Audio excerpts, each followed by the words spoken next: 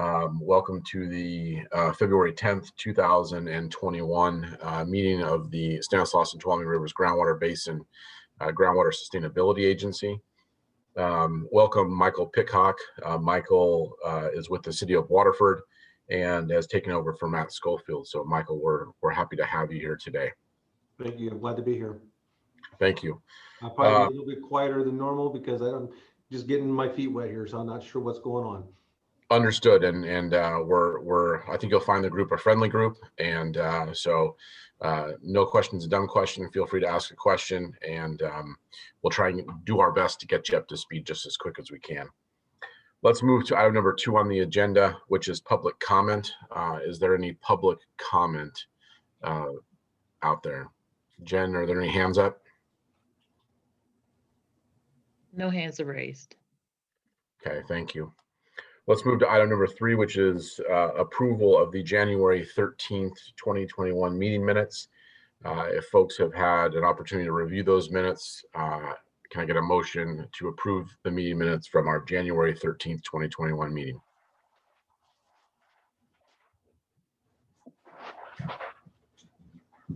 Don't everybody speak at once. I wasn't at the meeting, but I can make the motion. How about Walt? Walt, you there? Have you had a chance to review the minutes?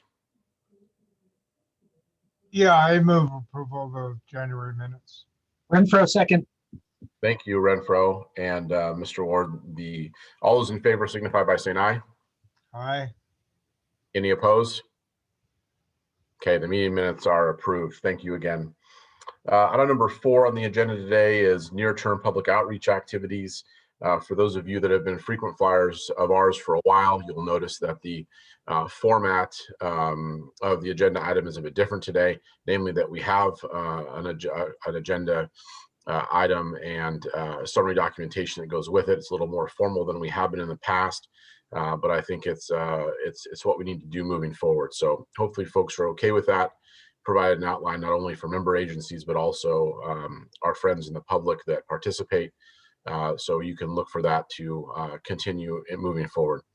With that as a backdrop, Gordon, can I ask you to walk through what our near-term public outreach activities are? Sure. Yeah, good afternoon.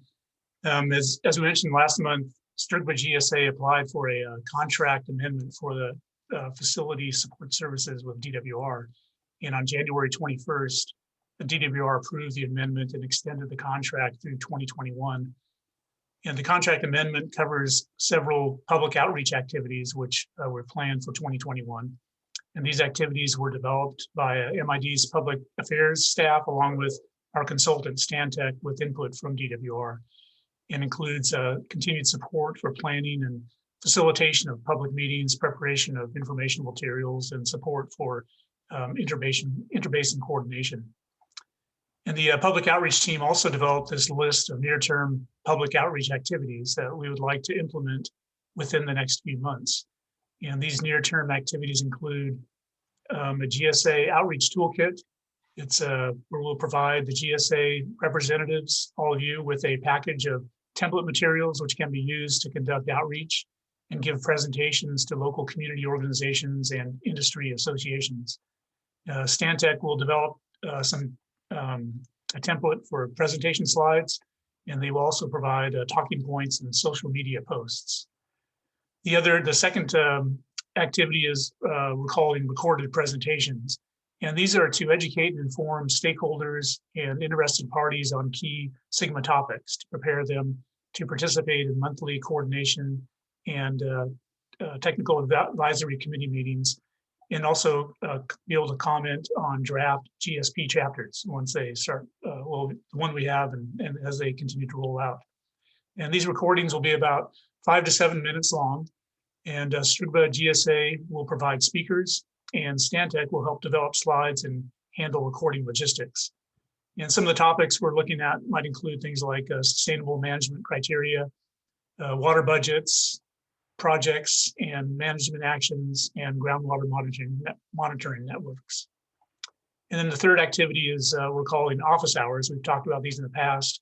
These we'll plan to schedule designated times for interested parties to ask questions and engage in informal discussions with GSA representatives on topics related to the GSP. And these will be done virtually through like a Zoom platform. And we anticipate holding maybe 3 to 4 office hour sessions through this next year. STRGBA GSA will provide speakers, and Stantec will assist with logistics and note-taking.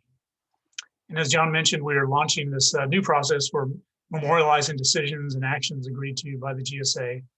And so before implementing these near-term public outreach activities, we were requesting a resolution from the GSA approving and authorizing the chairman to implement near-term public outreach activities. That's all I had. Gordon, thank you for that. Just a couple questions from my side. Is it too early to sort of define or ask what the timeline is for implementation of some of these activities? Are these within the next month, the next 2 months? Do we have a sense for that yet? Or are we just really sort of in the infancy of the planning process? Well, I think the plan is to start as soon as we can. I think that if we're intending on rolling out the draft of GSP by sometime this summer, it'd really be nice to, especially the office hours and some of these recorded presentations, implement those in the next, in March or maybe April. So I think the sooner we can decide on which representatives will make those presentations, I think then we can get rolling on actually putting them together.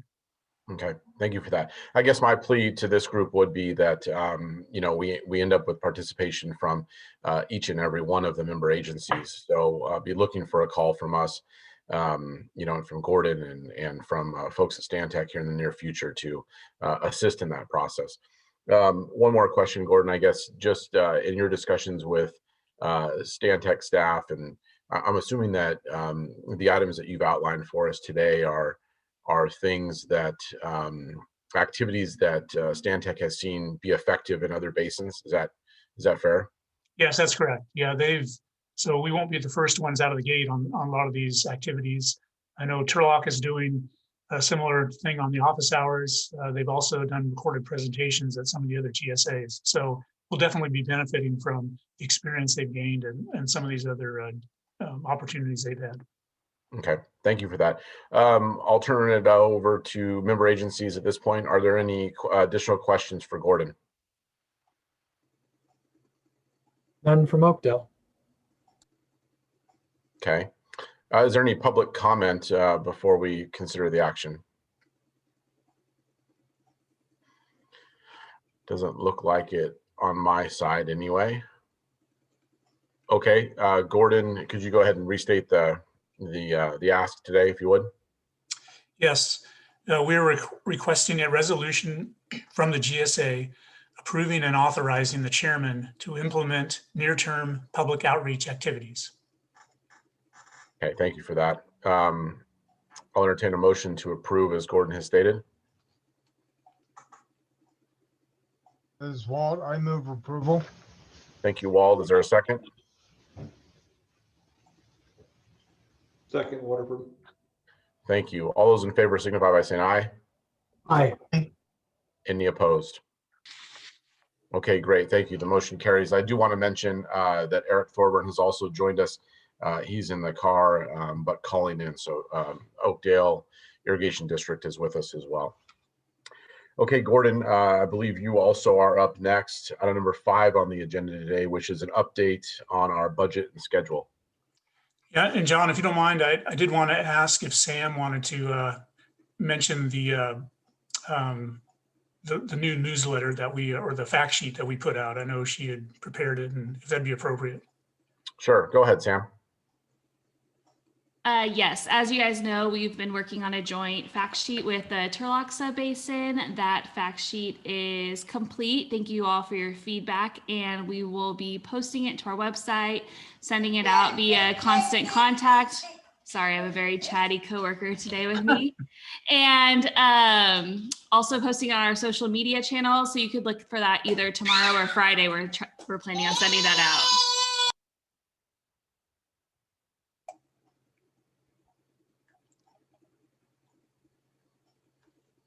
Can't John, hear you, John. You're muted, John. Yeah, So I was just going to say, I remember those days, Sam, and don't blink because they will be gone quickly. So enjoy them while they're here. Oh, True I that. am. True that, Sam.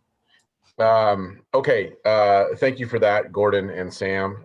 Item number 6, a GSP update, just a quick one, I assume, Phyllis, as we are quickly embarking upon the second half of our discussion today, which of course is a technical advisory committee meeting. So Phyllis, the floor is yours. Thanks very much. Can you hear me okay? Yep. So our GSP process is continuing with sustainable management criteria. That's really our focus right now. We're going to have a presentation on that in the TAC meeting again today. We need to get sustainable management criteria out of the way this spring. So I am targeting the April-May timeframe for you guys, and we are going to move through it pretty rapidly after we really get through a lot of the technical material. So while this is happening, we are continuing the modeling analysis with respect to the climate change analysis and the sustainable yield. Those are the two remaining portions of the water budget section of the GSP, and those are moving forward. And as soon as they're available, of course, we'll bring those to the TAC as well.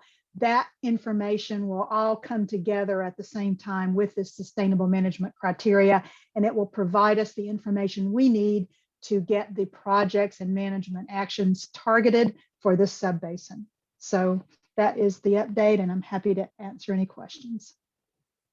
Are there any questions for Phyllis? Okay, seeing none, I'll turn to you, I believe, Liz, item number 7 on the agenda, monitoring well update. Yes. Hi, everyone. So we are scheduled to begin drilling next week. Gregory Drilling is going to be mobilizing to Modesto starting, I think they said they'd get there on Tuesday, and we'll be setting up and starting to drill at location number 8, hopefully by Thursday.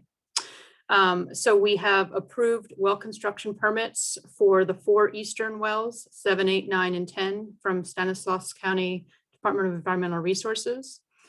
We have 2 encroachment permits that have been approved for locations 8 and 10, and those are the only 2 that are necessary in the east because 7 and 9 are OID and MID right away. And we'll soon be sending in the second batch of permit applications to Stanislaus County for the remainder of the locations that are within their jurisdiction. So that's where we're at. Good. Progress is always a good thing. Miguel, is there anything to add from the City Modesto side? Since we have most of the members here, just a heads up, we're looking at once the wells are completed, we'll probably do like a discussion at one of our STRGBA meetings to have a resolution so that we can officially hand over the individual monitoring wells to the individual agencies that will be overseeing them. Okay, yeah, I think we need to, again, just hearing that for the first time today, I think we probably need to flesh that out a little bit more, which I think is exactly what you're suggesting. So, yeah, let me know when you're ready and we can go ahead and add the discussion to a future agenda. Sounds good. Okay, thank you. That takes us quickly to item number 8 on the agenda. Hey, John. Yeah. Real quick. Hey, Liz. Mary Kate was asking me yesterday when to expect the others and how many more, because she's trying to juggle other activities and didn't want to drop the ball. So I'm hoping to get them in before the end of this week. And there will be another 8. Another total of 8. Another total of 8 well construction permits because it's 4 locations, 2 wells each. And maybe by the end of this week. Yeah, and the remaining 4 applications are going to the city of Modesto because they're within the city of Modesto jurisdiction. So there'll be a total of 16. 4 will go through the city of Modesto because they're in their environment, and then 12 through Stanislaus County. We've done 4, so 8 more. Okay, all right. exactly. Sure. Thank you. You're welcome. Are there any other questions for Liz or Miguel? Okay, seeing none. Like I said, let's move quickly to item number 8 on the agenda, which is our next meeting. We currently have that scheduled for March the 10th, also at 1:30 p.m. and again via Zoom. Are there any items too late for the agenda today?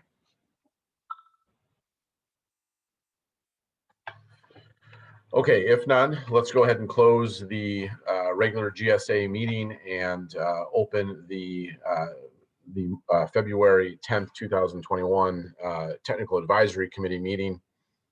Is there any public comment before we get started today? Okay, it looks like we have a telephone number ending in 8208.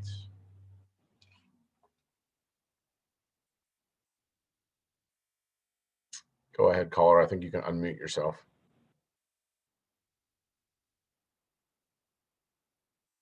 Hi, John. This is Rhonda Lucas. Can you guys hear me okay? Yep. Okay. I have two questions that occurred to me after I kind of reviewed some stuff from the last technical meeting. So don't know the appropriate place to ask them, but figured I'd do it here. The first is, do you guys plan on monitoring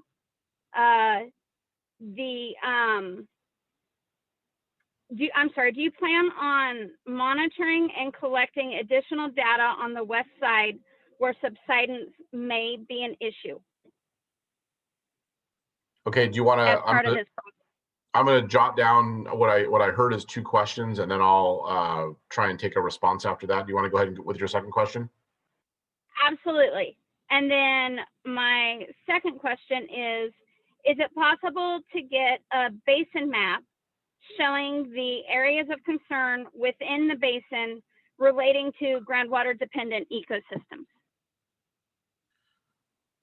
Okay, let me try and take these in reverse order, actually. And maybe if I could, Phyllis and or Liz, is there a map that's out there which shows the groundwater dependent ecosystems within the subbasin?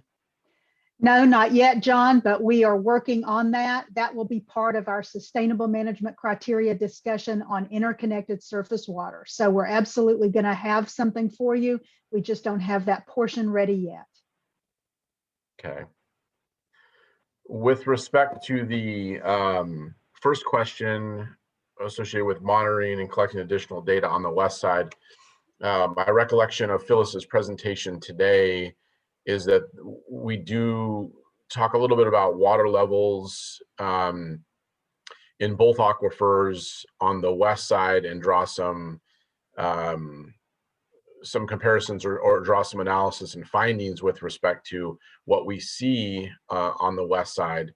But I think similar, and Phyllis, correct me if I'm wrong, I mean, I think similar to some of the east side data needs that we've had for a very long time, I suppose that there could certainly be additional data gathered that would only serve to help our efforts on the west side. Is that a fair statement?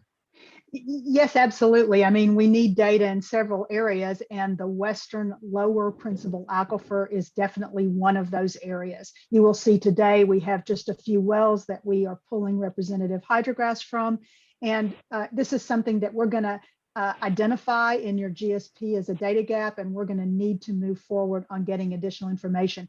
We are going to have, as you just heard Liz talk about, some additional monitoring wells in the subbasin, and we're probably going to need to supplement that with a few more. But we are going to be looking directly at the land subsidence sustainability indicator, and probably that's going to come up within the April timeframe. So stay tuned for more information on that. And today in my presentation, you will see hydrographs from 3 wells that are in that lower aquifer. We're not going to talk a lot about subsidence today, but it's going to be a topic that we're going to absolutely address in the short term. Okay, that's fair. Thank you for that. I think I'm just thinking about how best to communicate this, and maybe the broader concept of data needs. Maybe Sam's still on the phone, I think. Maybe we just put a placeholder in our next newsletter that is sort of a request of any and all folks, east, west, north, south, whatever the case may be, to the extent that they want and are willing to participate with STRGBA, let us, not monitor their well, but have the data and work cooperatively with us. Maybe we can make that request as part of our next newsletter. So anyway, just a thought there. Rhonda, does that answer your 2 questions for today anyway? Absolutely, for today, and thank you guys very much. Okay, thank you. Thank you. Okay, any additional public comment before we get into the rest of the agenda? Okay, seeing none, let's move to item number 3, which is approval of the January 13th, 2021 Technical Advisory Committee meeting minutes. Can I get a motion to approve those minutes, please? Move approval, Walt. Thank you, Walt. Is there a second? Renfro, second. Thank you. You guys are the frequent flyers today. All those in favor signify by saying aye. Aye. Any opposed? Okay, the motion, or excuse me, the minutes from our January 13th meeting are approved. Okay, Phyllis, you're back up. Item number 4 on the agenda, a presentation on sustainable management criteria. So I think you're going to pick up where we left off last month and carry us forward. That's exactly what I'm going to do. Thank you very much, John. So I assume you can see my screen. And we will begin. As John mentioned, we're continuing our discussion of sustainable management criteria today. And in particular, we're going to be talking about 2 specific items. We're going to continue our discussion on the sustainability indicator, chronic lowering of groundwater levels. And we're also going to begin discussion on the concept of a draft sustainability goal for the Modesto subbasin. So let's dive in. Recall where we left off. We were looking at the first sustainability indicator, the chronic lowering of water levels. And I pulled information from the regulations to just get us on the right page here, that this sustainability indicator is an undesirable result when a significant and unreasonable depletion of supply would occur if continued over the planning and implementation horizon.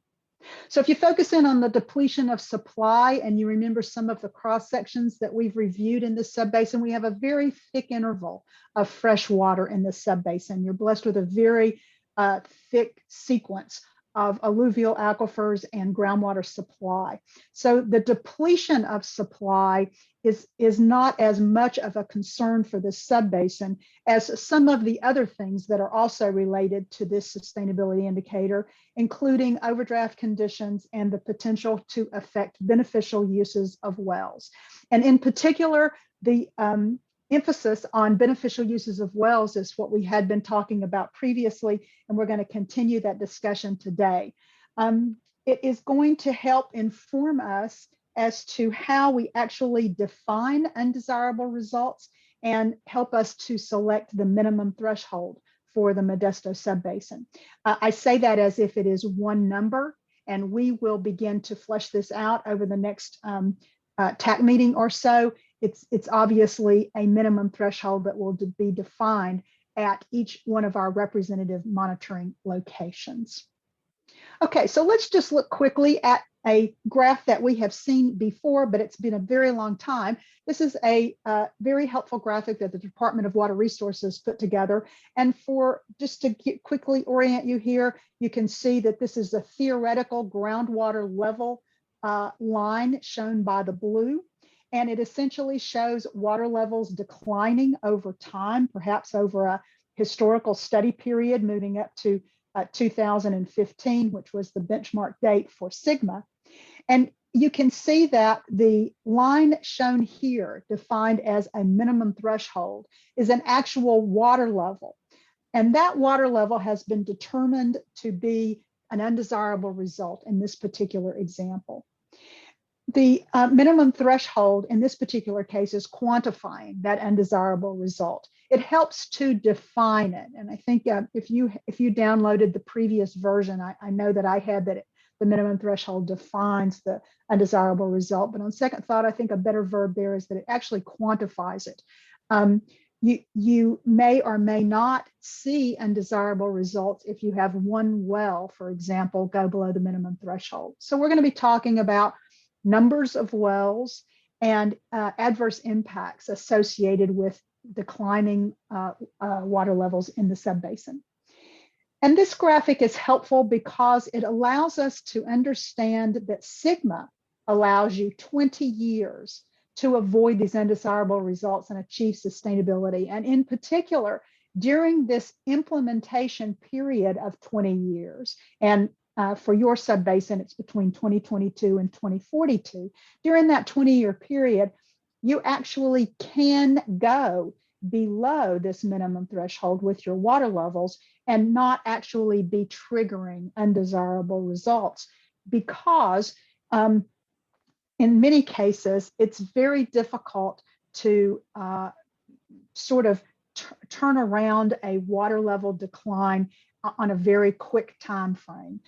20 years may sound like a lot of time to a lot of people, but in reality, if you think about recharge into a groundwater basin and how long that effect takes with respect to a response or a recovery of water levels in certain areas, you can sort of better understand that we may, in the interim, while we're putting all of this together, encounter another multi-year drought.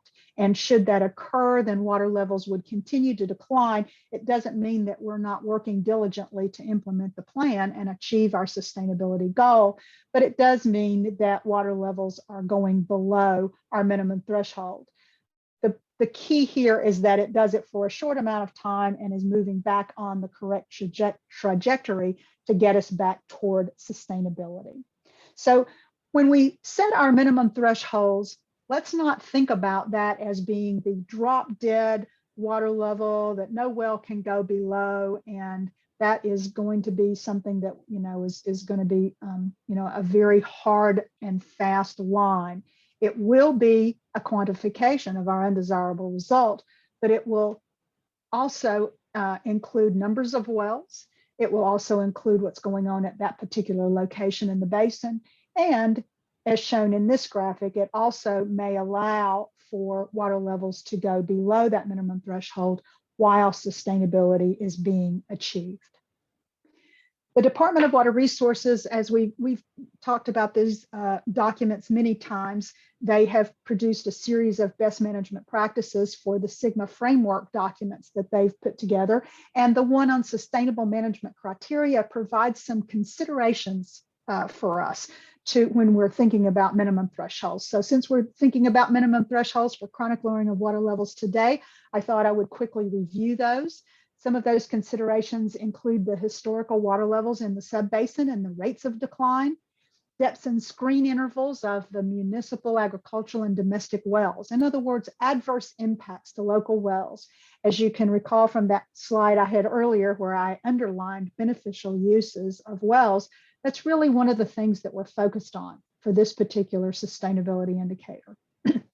In addition to where the wells are screened, there's also a problem with some of even the deeper wells when maybe they don't have to worry about depletion of supply so much, but they certainly are going to be impacted from a cost basis because lift costs will increase as water levels decline in a subbasin. And so there is a potential for impacts on pumping costs for beneficial uses in the subbasin.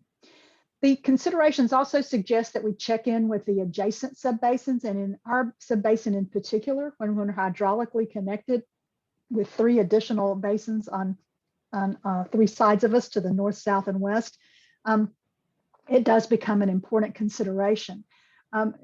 Imagine with an aquifer connected at and beneath the river boundaries of our subbasins, if one subbasin sets minimum thresholds at a very, very deep level, and you set your minimum thresholds at a higher level, then it might become very difficult for you to achieve your minimum thresholds because water will continually be pulled down by the lower levels. So these are some things that we'll need to consider as we move through the process.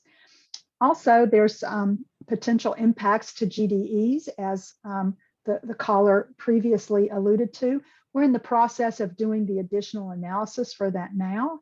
And we'll have something in front of you very, very soon. And we'll in particular want to consider that when we get to some of the other sustainability indicators. And then finally, the consideration at the bottom just says, hey, there's different conditions in each principal aquifer and at each monitoring site, and that should be considered when we begin to select minimum thresholds. So let's look quickly at the adjacent subbasins, and then we'll review some of the groundwater level rates and declines. The Delta Mendota Northern and Central GSP regions is shown there on the right, and their definition of undesirable results for this sustainability indicator is summarized there. Apologies to all of these GSPs, which have sometimes several pages describing all of the adverse impacts that they considered when they defined undesirable results. But I've just cut to the chase here and summarized how they look at undesirable results in the Delta Mendota GSP. And you see there by the bullet that they have decided that undesirable results occur when significant and unreasonable changes in water levels impact the beneficial users of groundwater. And that particularly focuses again on wells. So we're continually coming back to this issue of adverse impacts to wells. The Delta Mendota GSP documents dewatering of shallow wells, higher pumping costs, and talks about the need to modify wells for groundwater access, all of which are economic impacts to groundwater users, and in some cases may even impact the ability of the groundwater users to be able to even access the resource. So with that general definition of undesirable results, the challenge is to come up with water levels at specific monitoring locations that represent minimum thresholds, abbreviated here MTs. And so because they recognized different considerations for different aquifers, they also have an upper aquifer and a lower aquifer, similar to what we have in our western subbasin. And they have set an MT at their historical low water level for their upper aquifer, recognizing that they had impacts on wells during the drought of record.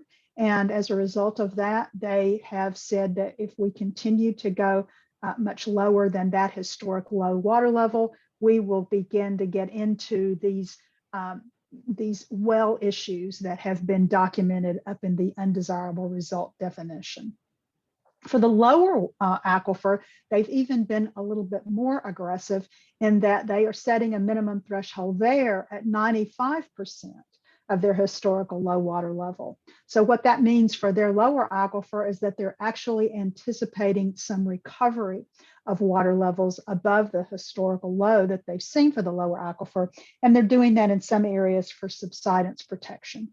They do have subsidence impacts. We have talked a little bit about subsidence in this subbasin, and I'm not going to go into that today, as I mentioned earlier, except for because we've had a question on it. I just want to quickly say that we have looked at historical information, and that historical information on land subsidence is provided in the GSP chapter on the basin setting that's on the website, the STRGBA website. So we do have that background information on subsidence in this subbasin documented already. And one of the things that we're going to be looking at is the location of water levels compared to this regional Corcoran clay. So that's just a little heads up coming. The Delta Mendota subbasin did do that analysis for their subbasin, and we're going to be mirroring some of that in this subbasin as well. Moving from Delta Mendota to the north, the Eastern San Joaquin subbasin GSP had similar undesirable results definition, but they specifically spelled out historical drought levels. That really for them is a historical low, but they are particularly focused on their undesirable result in being able to protect beneficial use of wells, not only through the recent drought of record, but if an additional drought of record occurs. And so they are looking at domestic well depths. We've done that already in our subbasin, and I have a couple of summary slides to review that with you again in this presentation. When they looked at their undesirable result and used it to define their minimum threshold, They also saw that there were differences in some areas and that they might want to choose some different methods in certain areas for evaluating their MTs. And so what they've come up with are two main criteria. And depending on which well they're looking at to define the MT, they would select the shallower of these two criteria. The historical drought low. In some of their wells, their historic low is actually back in the 90s drought, not so much in the most recent drought, but most of the wells saw historic low water levels between 2015 and 2016. And they've also added a buffer related to that well's historical fluctuation. In some of their wells, they were close perhaps to water bodies and got local recharge, and therefore there were no real fluctuations in the water levels. But some areas, there was some seasonal fluctuations that were really quite pronounced. And the concept there is that you don't want to continually be triggering a minimum threshold in the fall when it has more to do with that specific monitoring location than it does what's really going on in the aquifer overall. So they had a buffer that they incorporated into their monitoring program. And then again, the second criteria, 10% of the domestic well depth. In particular here, they're trying to prevent water levels from declining so much that they actually are below the depth of domestic wells. In other words, let's not dewater wells. Recognizing that there were a few shallow wells, very shallow wells, and perhaps wouldn't even be able to repeat a drought of record that we've recently seen, you can't protect every single well all of the time. And in particular, we had some well failures during our drought of record, and the county observed that most of them were those very shallow wells and those very older wells. So I'll have a slide about that in just a few minutes as well. So those are the two undesirable results that we have for our surrounding GSPs. Those two GSPs were on a faster time schedule than us because they were critically overdrafted basins. And that's why we have the final GSPs to look at for how they're doing it. I can tell you that the Turlock subbasin is in the process of evaluating and selecting minimum thresholds for this sustainability indicator right now. And when we begin to get some additional definitive answers there, we can share them with the Modesto subbasin at that time. Okay, so moving away from what our adjacent subbasins are doing and looking at our own water level declines that we see in the Modesto subbasin, I'm just going to review very quickly the representative hydrographs that we've looked at before. This is an evaluation by principal aquifer. So we're going to be looking at 3 principal aquifers just to review. You can see the red line that is shown on your screen. It is labeled extent of Corcoran clay, and it goes through the western portion of the subbasin like this. Recall that between the western basin boundary and this red line, that's where we have the occurrence of the Corcoran clay. And again, we've mentioned the Corcoran clay as being the regional clay layer that we are concerned with susceptibility to land subsidence. So we have defined the aquifer above it and below it as different principal aquifers. The reason that we did that doesn't have as much to do with subsidence as it does the conditions of groundwater in the subbasin. And what I mean by that is that the occurrence of groundwater above the Corcoran clay is actually an unconfined system, whereby it receives very quickly direct recharge, especially from applied water in agricultural areas from the surface. Whereas below the Corcoran clay, it's a more confined condition. You'll see greater fluctuations because of the lower storativity of a confined aquifer. It also doesn't receive that applied water recharge quite as quickly.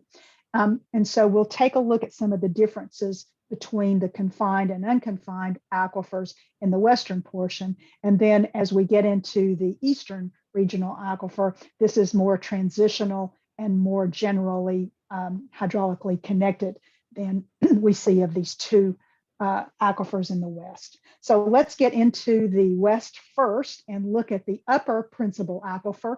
This is very shallow screens. You can see the ones that are shown here are generally screens above 100 feet.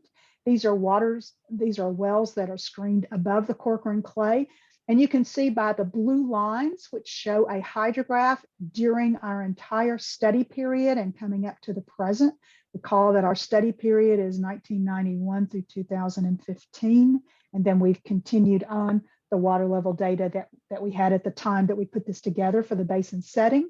And you can see by these blue lines, they wibble and wobble a little bit here and there, and you have some fluctuations in some of these, in some portions of the hydrograph. But overall, there's no really significant decline associated with it. You usually see lower levels in the drought of record. We have the 1990s drought low levels. And then in some of these wells, you get the dips, the real dips during the recent drought of record in 2015, 2016. That's what you might recall Delta Mendota used for their minimum thresholds. But overall, we don't really see a lot of significant long-term declines. In fact, we see relatively shallow water levels that don't really fluctuate very much or decline very much over time. And then even in the wells that do some decline, you can see that this well in particular recovered as soon as we got out of the drought. So that's the condition that we are looking at in the western upper principal aquifer. When we go below the Corcoran clay, as we had pointed out previously, we don't have as much information or data. I have 3 wells just to illustrate the concepts here. These are the deeper wells. You can see the screens are below 150, 170 feet, going down to 300 feet and below in some cases. But again, even though we see these, again, seasonal fluctuations, this sort of zigzag or sawtooth look to some of these hydrographs, we don't see too much of a long-term decline. We do, again, decline during the drought, but then see some recovery, decline during the drought with recovery, and same thing on this well here. This well is something that we're going to look at in the next figure as well. This is a well that is in the city of Modesto, and it looks a little bit different than everything else in that its 1990 water levels are much lower than the water levels now. And that has to do with the availability of surface water and the turning off of some of the pumps in the city of Modesto. So it isn't related to any long-term declines in the aquifer or any long-term recovery in the aquifer either. Hey, Phyllis, yes. Hi, Walt. do you have enough information here to begin to think about what direction of movement is occurring across the Corcoran? Is it downward leakings or upward? Do you have enough? We have done the analysis with respect to vertical flow where wells have allowed. It's provided in the basin setting, Walt, and it's almost always a downward gradient. Thank you. It's a downward gradient, but the water levels that we see in the wells are above the Corcoran clay. So we aren't to the point for the data that we have so far. We don't look like that we're at a point where we are critically worried about the land subsidence because we are well above the top of the clay at this point. So the potentiometric surface is well above the top of the formation. Yes, thank you. You always summarize it so much better than I can say it. That's really good to know. Thank you. Yeah, thank you. Okay, so let's, Phyllis, yes, one quick question. So please. When we went through our analysis of where to site some of the monitoring wells that Liz and Miguel talked about earlier, just as we keep an eye towards the future, is there the need from a technical perspective to, should additional monies become available for additional monitoring wells, should we be looking at areas on the west side for new monitoring wells? Yes, and then you're going to say, well, should we also be looking for monitoring locations on the east side? I'm going to say yes. Yeah. So absolutely, we're going to prioritize our data gaps as we go forward. We do have some more information that's going to be available to us with respect to the new Prop 68 wells that are coming online. And there are going to be, I'm so sorry, Rhonda, I hope so much that you will attend our our subsidence discussion, which is coming up. And I will make sure that I get, I work through the outreach folks and get a notice to you specifically, because there's something a little bit different with respect to how you can monitor the subsidence issue compared to all of these other sustainability indicators. And it may or may not mean as many wells. And we're gonna talk about that. And I hate to be vague on that issue right now, but I think that it will be better if I can show you maps and talk to you about the wells that we have. So if I can defer some of that to a future conversation, I would like to. Okay, so now let's move to the east, and we get much different circumstances as we get away from the Corcoran clay. We still have relatively deeper water levels as we move to the east, and this is very transitional. It happens all the way to the edge of the subbasin. And we are seeing, in general, just more declines as we get out into this area. You can just sort of transition those declines as you go from west to east, moving away from the Corcoran clay. And to do that, first, we're going to look at these 5 wells. Again, this is a City of Modesto well, so there's that pattern where it was lower in the 90s. And because surface water became available to the city, those water levels recovered.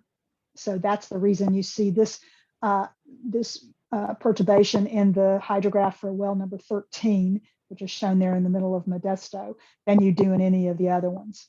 So we just got out of the western subbasin, and we pretty much said not a lot of water level declines, but we began to see more declines as we move away from the Corcoran clay. We see water level declines about 15 to 20 feet in this area, and then those continue to increase as we move to the west. So let's just go to our final slide, which shows our water levels in the easternmost portion of the subbasin, shown again by 5 hydrographs. And this is again where we see our largest declines, 25 feet now up to about 40 feet. Number 20 had the largest water level decline, especially during the drought of record. You can see there was a decline of about 40 feet or about 5 feet a year just during that time frame. You can tell, if you just look at the hydrograph, you can go, well, wow, the drought of the 90s didn't really do that much. And, the water levels didn't decline that. You can really start to kind of see a decline in this area. But for the most part, these historical water levels were pretty flat. But what happens here is that we've got a changing land use somewhere in this area where we began to put a lot of agricultural development in the eastern subbasin. And with that continued development, we continue to see the water level declines. And so when we get to the 2012, 2013 timeframe, when we really got into the drought conditions in this subbasin, that's where we really began to see the reliance on groundwater, because there's not a surface water available in the non-district areas here, and a continual decline in those wells. Again, up to about 40 feet. Many of the wells, especially the wells that are still associated with MID, I don't have that kind of decline because they continue to get surface water, and that makes a lot of difference with respect to the water level declines. So overall, 40 foot during the drought max, and a rate of decline of about 5 feet per year for some wells. Okay, switching back now from the water level declines to the issue of domestic wells. We reviewed this previously, so I thought it was a good review today. The Stanislaus County had a very helpful well assistance program during the drought. They called it their dry well program. And in brief, they had hundreds of domestic well owners calling the county, reporting water supply problems with their wells. And so the county really came to the assistance of these well owners in a variety of ways. They talked with well owners about the potential impacts of what they were experiencing. They looked at financial incentives. There were some storage added, some tanks, temporary tanks and temporary water supply. So the county really stepped up and went to bat for a lot of these domestic well owners, but the county also recognized, hey, most of these problem wells were very old. And in fact, Walt is on the phone, and I know that his experience was that he kept seeing over and over again, if the well failed, they were often more than 50 years old and less than 100 feet deep. So these shallow, older wells were the ones that really got caught during the drought. There were about 159 or so wells that have been mapped as having problems during the drought in the Modesto subbasin. So these are obviously something to watch for the future. However, many of these wells have been replaced. And so one of the things that we've done is pull the most recent records. And since 2015, there's been 200 more wells, domestic wells drilled in this subbasin. And most of those redrillings were in areas where we saw the original domestic well problems. So many of these are likely replacement wells for previously failed wells. About 60% of them are drilled to depths between 200 and 300 feet. And so that's quite a depth for this subbasin. And so many of these will now be more protected if we find ourselves in a future multi-year drought and we have not identified ways of keeping our water levels higher. We're going to be talking about that, of course, as we get into projects and management actions. But we're going to do a little bit more work on this as we begin to identify MTs. We can just quickly go back to our data and check and see what impact a specific MT in an area might have on domestic wells. In addition to domestic wells, we're also interested in agency and public water supply wells. Most of these are deeper, but not all are, super protected for multi-year droughts. And so of these 250 wells, we have municipal drinking water wells from the city of Modesto and many of the urban communities in the area. We also have deep irrigation wells that were installed to augment agricultural supply. And so they may not be drinking wells, but they're very important wells with respect to evening out the supply for growers in the subbasin. And so my question to all of the TAC members in particular is that, have we seen adverse well impacts during the recent drought conditions? We specifically added that to our stakeholder survey. Sam will remember that that was one of the things that we really were concerned about, and we wanted to make sure that people gave us some answers. And the respondents for those surveys did not identify any problems. In fact, everyone said, no, our wells performed okay during that drought of record. But we want to just go through one last time to get any input that we can with respect to water supply wells in the subbasin, so that we can make sure that when we select our minimum thresholds, that we do so with these wells in mind. So I will end the water level discussion with a little, yes, please, John. Before you do, let's back up one slide if you could. Sure. How best to, I know you're introducing this to us today. How do you want member agencies and or members of the public to get back in, provide you comments? You want to just route that through us and then we can provide it back to you? Yes, routing it through you is exactly what I have in mind. And I have that just summarized at the end of this on next steps. But I would like to follow up this presentation because, now you've heard the question and the request. So I'd like to follow up this presentation with an email that specifically asks what we're looking for here in a way so that we can determine whether or not we've had undesirable results during this drought of record that might help us with an undesirable result definition or not. And what planning in particular that some of the public water supply entities are thinking with respect to their wells. So I was going to follow up with an email. I always send that through my trusted team member Jen, and she and Gordon always make sure that we broadcast to the TAC members. And then if the public has any comments that you'd like to provide with respect to adverse impacts to wells, we'd be glad to take those as well. But I'd like first at least to get, not first necessarily, but just I would like in particular to get the TAC members thinking about this, because it's up to the GSA to determine undesirable results. So I'd like for them to start thinking about it. They have customers that have wells. They have a knowledge on the ground of what's going on within their agency and their districts. And if there are impacts that we need to consider, we sure would like to get them on the table soon, because we're going to be making some selections very soon with respect to minimum thresholds. Does that make sense, John? It does make sense. Thank you for that. I think that's the right way to go. There is one hand up. Do you want to take questions now, Phyllis, or do you want to wait till the end? I just have one more slide, and then I will be glad to take questions on chronic lowering of water levels. And that is just simply a summary of what we have just talked about.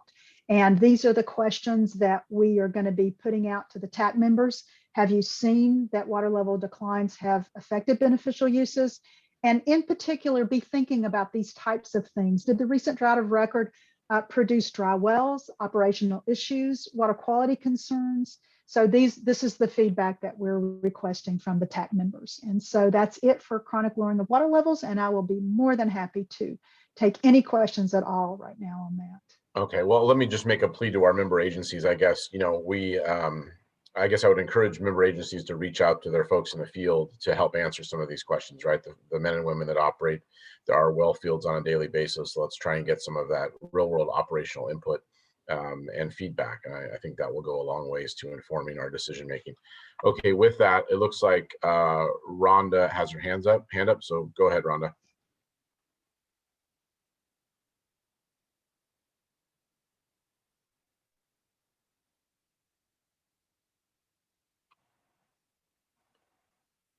Looks like you're unmuted. Can you guys hear me now? Yep, now we can. Yes. Sorry about that. First of all, Phyllis, thank you for the subsidence comment, and I appreciate that, and I'm looking forward to that and find all of your information very interesting. When you were talking about the impacts to wells, it just made me wonder, have you guys modeled the white areas with an assumption that they might be getting some surface water, either through conjunctive use or from some means, to see if that, what effect that has, and if not, is that something you're looking at doing? Well, there actually have been some small amounts of surface water that we're aware of that has been provided. I think some areas near OID, for example, and I'm drawing a blank on exactly what the circumstances were associated with that, Rhonda, but we did take a look at that. So that was built into the both the historical, I think, and the would have just actually been historical water budgets that we talked about, those zone budgets that we talked about. And I'll look back to see specifically what the details were on that. But the bigger question that you're asking, I think, is, are we going to do that? And the answer to that is absolutely, because one of the things that we're seeing from the declines and the rates of declines that we've just gone through is that the water level declines that we're seeing in the subbasin are relatively minor, except for the non-district east areas. So if we are going to affect changes there, we will need some management actions and projects there with respect to either augmenting supply or decreasing demand. Those are really the two options to deal with declining water level issues. So we will be thinking in terms, I'm sure, of potential recharge projects in the subbasin, and the modeling process will be incorporating those types of projects. So so the answer to the second part is yes. And the answer to the first part is, I think so, but I'm not 100% sure right now. Does that make sense? Did I answer your question? Yes, absolutely. Yeah, Yes, absolutely. Thank you. Thank you. To the first question, Phyllis, I think you're exactly right. I mean, MID has had a program available to folks outside of our service area, but within our sphere of influence. But again, as we've talked about in this setting, that happened in 2017, 18, and 19, which is outside the modeling. Right. But as I recall, there is a very small sort of incidental volume of water associated with Oakdale Irrigation District's activities, sort of in the same vein, right? Outside their irrigation district boundary, but also within their sphere of influence. Absolutely. And then just to follow up on that as well, when we look at recharge projects, the model is going to anticipate and incorporate differing soil conditions and differing circumstances with respect to groundwater occurrence. And so that will help us better understand, because I think, Rhonda, part of your question was also, you know, what effect does it have? You know, can we affect those water levels with various surface water applications, i.e. groundwater recharge? And so we're going to be thinking about not only timing and volume, but location as well. Are there any Thank you. I don't see any other hands up for at this point in time. Are there any questions for Phyllis at this point in her presentation? Okay, I don't see any, Phyllis, so carry on, please. Okay, thank you very much. And so this last part, I will just warn you right now, it's a bunch of wordy slides. And don't we all hate that on an afternoon where we worked all day and we're tired? But just bear with me. I am providing some information for you for reference, and it relates to a sustainability goal for the Modesto subbasin. So I want to introduce this concept while I thought I had a few minutes left in this presentation today. And it's not going to be something that we have to figure out today. In fact, we couldn't figure out today if we tried, because the sustainability goal encompasses the idea of operating without undesirable results.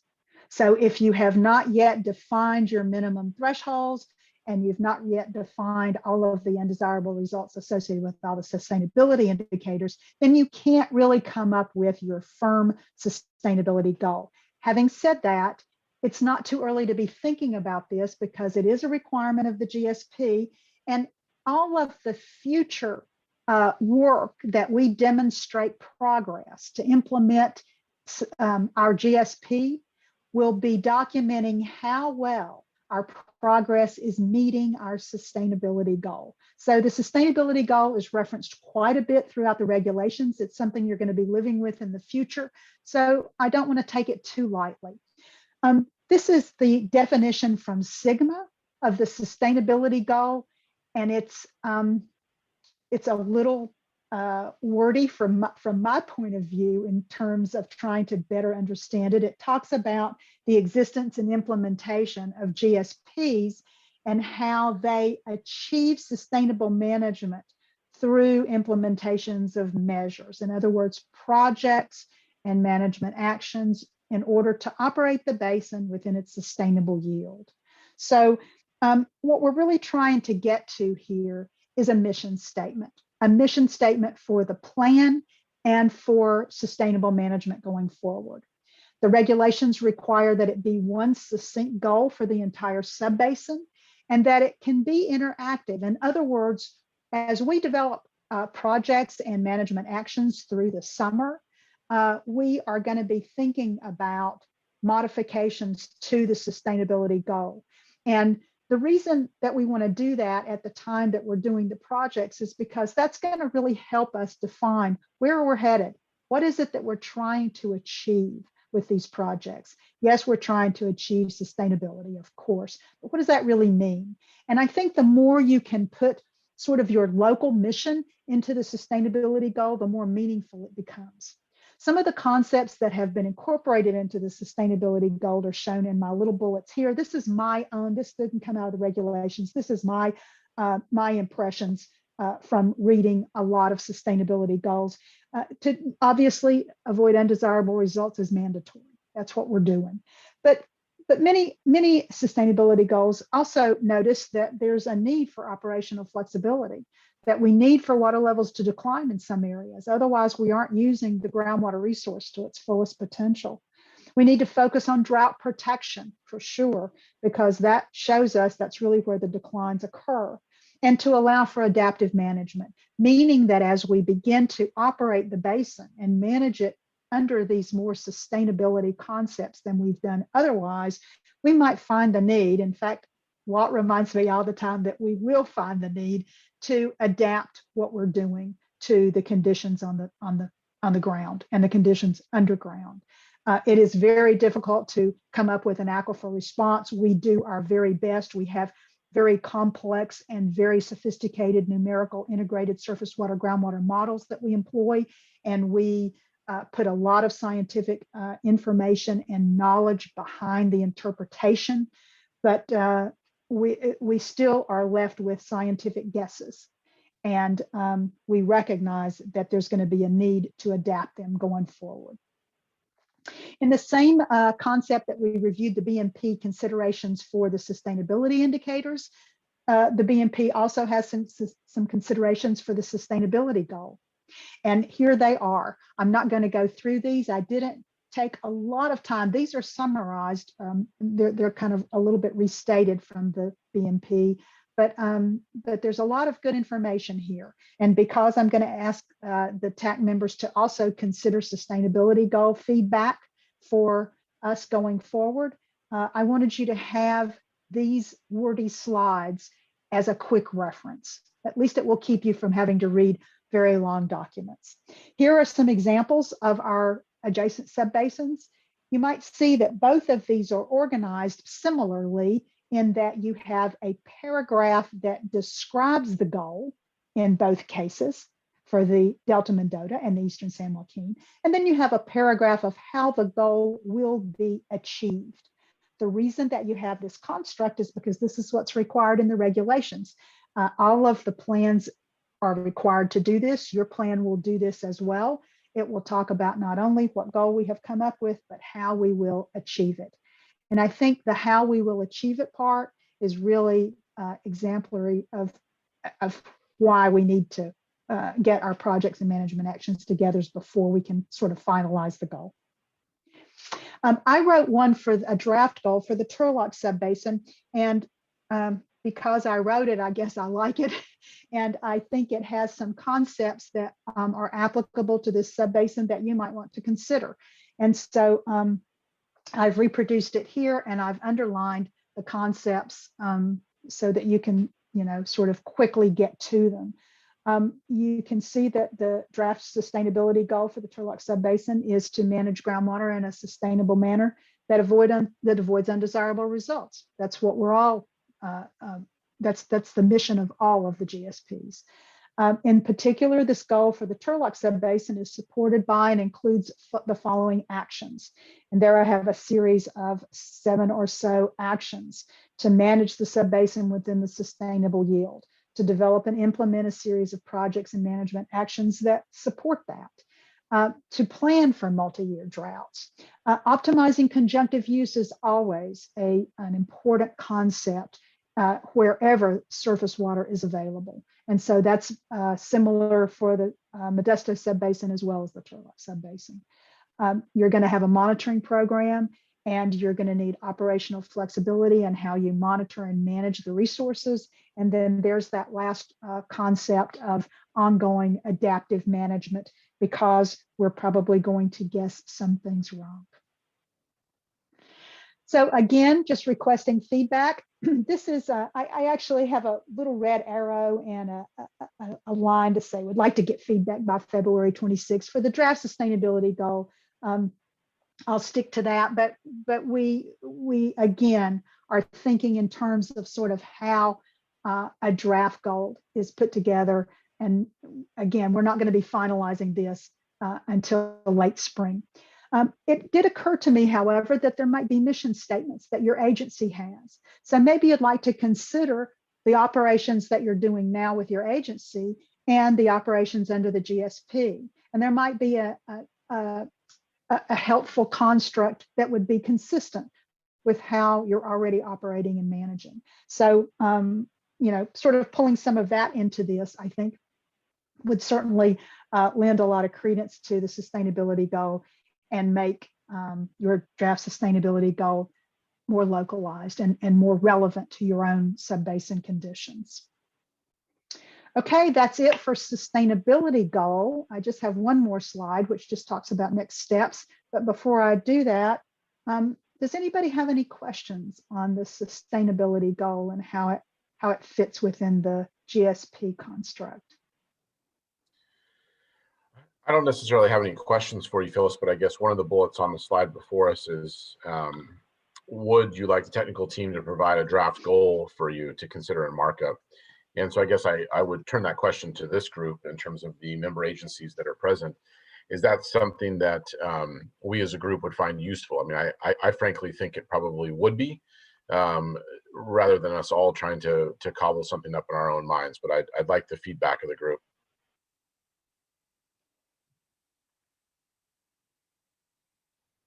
Miguel, Walt, anybody? Well, I like the goal. The one Phyllis put together, it seemed after she showed us all the other ones, looked like she had some and then some.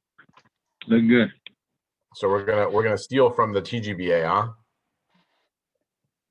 huh? I'm good with that. I'm always good with copy and pasting, especially if it's well written. Well, I agree it's well written. We might want to add just a little bit of our own flair, but perhaps it's a good place to start. Any other comments?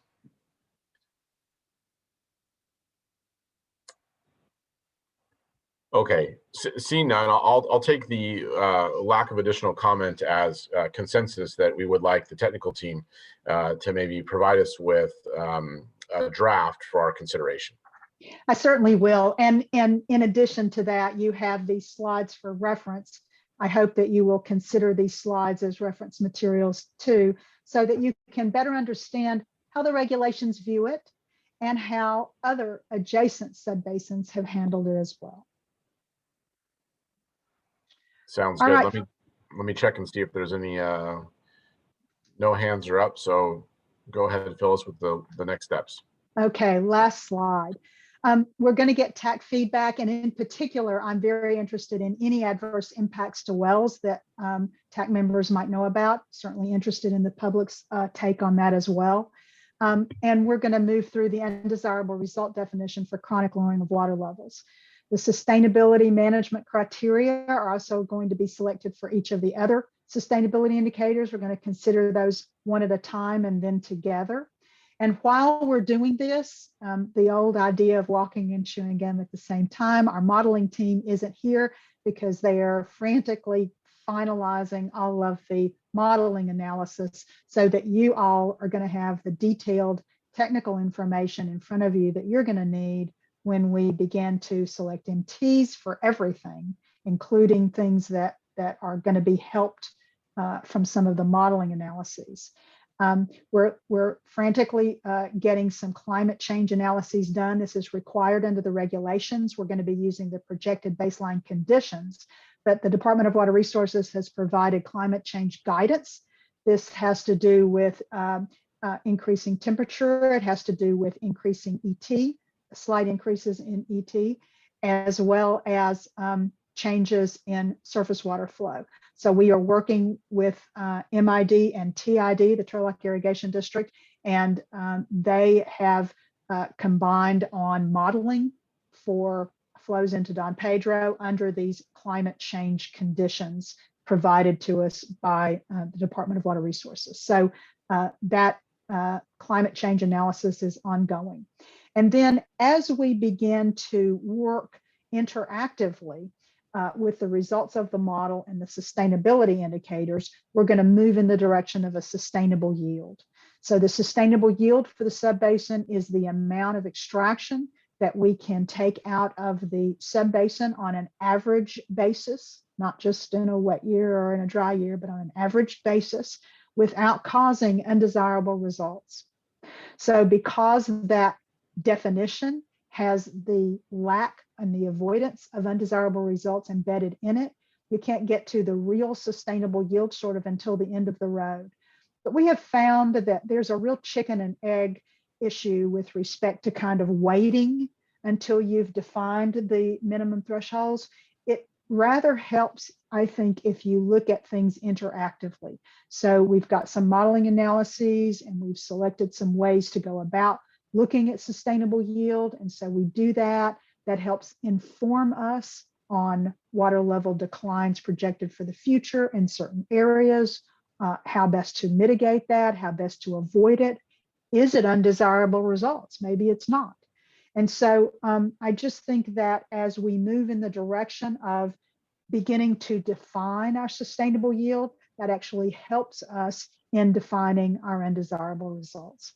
So more to come on that as the modeling team finishes up climate change and can be a little bit more engaged with us as we go through the rest of this process. It's never too early to identify and begin screening projects and management actions. So we're going to begin doing that a little bit in March. And I'm going to be reaching out to the TAC members on that issue as well for things that are either being planned now or certain things that I think many of the agencies have their whole world is management of these resources, surface water and groundwater and conjunctive use. And that management experience can really inform what can be done in the future for various scenarios. So we're going to be moving forward on that front as well. Okay, that's it for me. Thank you for letting me go through this with you. And we're going to continue on and we'll be getting to some quantifications. I'm going to get feedback from the TAC and we're going to review that next the next STRGBA TAC meeting and starting to analyze potential selections for minimum thresholds. Okay, thank you. Thank you, Phyllis, as always, for a very good presentation today. Are there comments before we move to the next item on the agenda from our member agencies?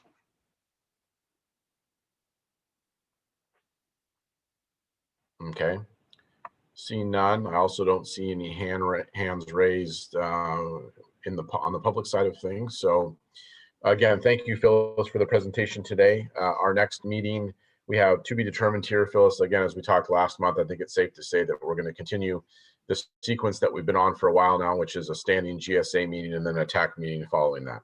Okay. Great, thank you. Okay, fair enough. So our next meeting of the Technical Advisory Committee will be March the 10th at 2 p.m., also via Zoom. Are there any items too late for the agenda today?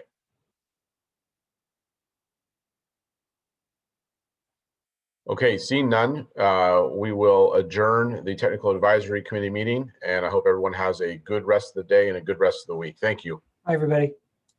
Bye-bye.